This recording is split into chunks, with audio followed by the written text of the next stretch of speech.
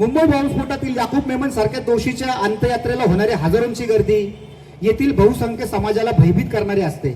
कुठल्या तरी देशात मुसलमान समाजावरती अत्याचार झाल्याचं निमित्त करून काढलेला हजारोंचा मोर्चा पोलिसांना मारहाण करून तोडफोड करतो तेव्हा इथल्या बहुसंख्य हिंदूंच्या मनात भीती निर्माण होते आणि त्यातूनच मेरे देश को बचाने के लिए किसी सलीम की जरूरत नाहीये अशा विचारांचा जन्म होतो.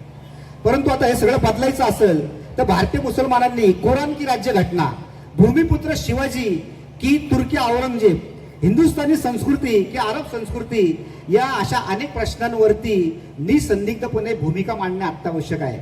इसिस अल कायद्याचा इस्लाम जर खरा नसेल तर शांतताप्रिय इस्लाम नेमका काय आहे हे त्यांनी आता कृतीतून दाखवण्याची गरज आहे. आपले आदर्श अब्दुल कलाम आहे की याकूब मेमन आहे हे त्यांनी आता कृतीतून दाखवलं पाहिजे. आणि त्यामुळं पुरातन अनिष्ट धार्मिक प्रथांना फाटा देत वैज्ञानिक दृष्टिकोन ठेवून आधुनिक शिक्षण घेऊन 21व्या शतकाकडे इतर धर्मांबरोबर हातात हात घालून चाललं पाहिजे. पॅन इस्लाम, गजवा हिंद, दारुल हर्ब यासारख्या कल्पनांना तिलांजली देऊन भारतीय राज्यघटना ही सर्वोच्च आणि इथले भारतीय हिंदू, बौद्ध, शीख हेच आमचे जवळचे नातेवाईक ही खुणगाट त्यांनी मनाशी बाळगली पाहिजे.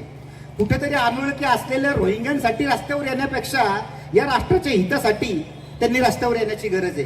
बामियान मधल्या बुद्ध मूर्त्या तोडणाऱ्या तालिबानी किंवा हिंदू आहेत म्हणून ढाक्यात मुडदे पाडणाऱ्या जिहाद्यांचा निषेध करण्यासाठी त्यांनी रस्त्यावर उतरलं पाहिजे.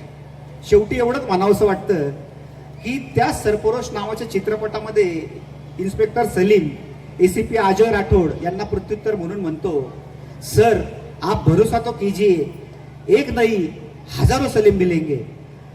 भारतात अशा हजारो नाही तो कोट्यावधी सलीमने पुढे येण्याची गरज आहे. जय हिंद, जय महाराष्ट्र.